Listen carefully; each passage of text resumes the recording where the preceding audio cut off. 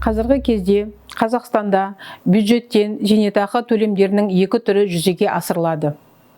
Оларды тағайындау кезінде міндетті түрде еңбек өтілі ескеріледі.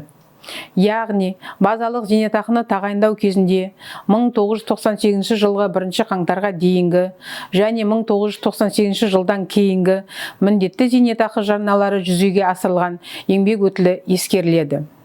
Ынтымақты зейнетақыны тағайындаудың негізгі шарттары 1998 жылғы 1 қаңтарға дейін кемінде 6 ай еңбек өтілінің болуы.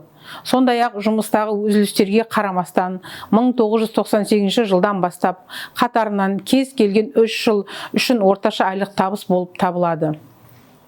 Еңбек өтіліне жұмыс, әскери қызмет, орта арнаулы және жоғарғы оқу орындарында жұмыс істемейтін ананың жас балаларға күтім жасау уақыты, бірақ әр балаға 3 жасқа дейін, жалпы алғанда 12 жылдан аспайтын кезең.